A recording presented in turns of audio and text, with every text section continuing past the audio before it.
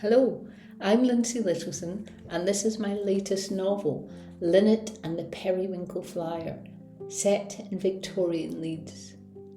The flying machine in Linnet and the Periwinkle Flyer was inspired by an amazing contraption I saw in Glasgow's Riverside Museum. The bat is an incredible work of art, a delicate but functional Victorian glider.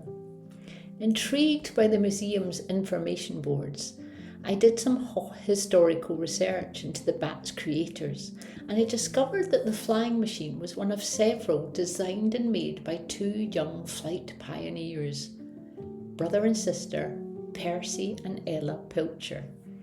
Percy and Ella were living in a rented flat in Glasgow when they had the idea of designing what they called soaring machines. To their landlady's horror, they began to keep birds in the flat so they could observe them in flight and in landing.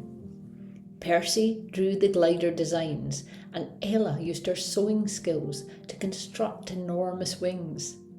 Then the wings were attached with piano wire to a delicate pine and bamboo structure. At that time, in the late 19th century, the only way humans could reach the sky was by hot air balloon, and most people ridiculed the idea of people flying like birds. But Percy and Ella were determined that their soaring machines could fly.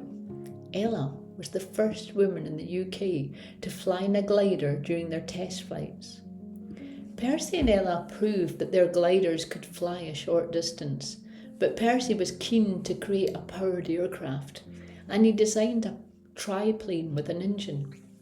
He and Ella invited wealthy investors to come and see their plane and make the first powered flight in history at Stanford Hall in Leicestershire. You can just imagine how excited they were, getting ready to make history. But to their massive disappointment, the engine developed a problem. Percy, not wanting to disappoint the investors, decided to fly his Hawk glider instead, despite the wet and windy weather. Tragically, the tail broke off mid-flight, and the Hawk plummeted to the ground. Percy died from his injuries, Ella at his side.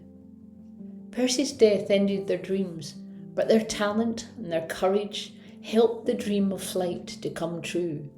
4 years later, in America, in December 1903, Orville and Wilbur Wright would make the world's first powered flight.